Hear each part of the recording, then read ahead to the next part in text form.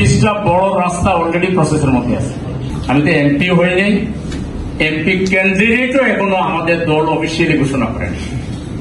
আমাদের 300 আসনে ইনফরমাল বলা হয়েছে যে আপনারা আসা যাওয়া যোগাযোগ করেন, জনগণের সাথে ইন্টারাকশন করে তোলেন, স্ব এলাকায় চাষ করেন, কিন্তু অফিসিয়ালি কিন্তু এখনো এখানে ক্যান্ডিডেট ঘোষণা হয়।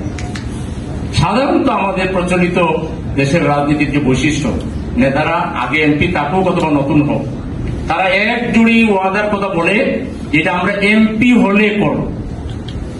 এমপি হওয়ার আগে কোন রাস্তা কোন এমপি করছে, কোন স্কুল কলেজের জন্য ফান্ড বরাদ্দ করছে, কোন একটা ইনস্টেন্স যদি দেখাইতে পারো। আর এখন কি আমি শুধু ক্যান্ডিডেট, এই আসনে আরো কমপক্ষে 10-11 জন ক্যান্ডিডেট আছে। তো সেই 10-11 জন ক্যান্ডিডেটের তো তোমরা একটু খবর নেও না, তারা কয়টা স্বনামে অ্যাপ্লিকেশন দিছে।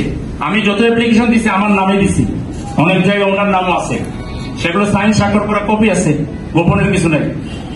13টা রাস্তা বড় বড় অন দা প্রসেস তোমাদের গোলাপগঞ্জে আছে, বিয়ানীবাজারও 13টা আছে। 26টা বড় রাস্তা অলরেডি প্রসেসের মধ্যে আছে।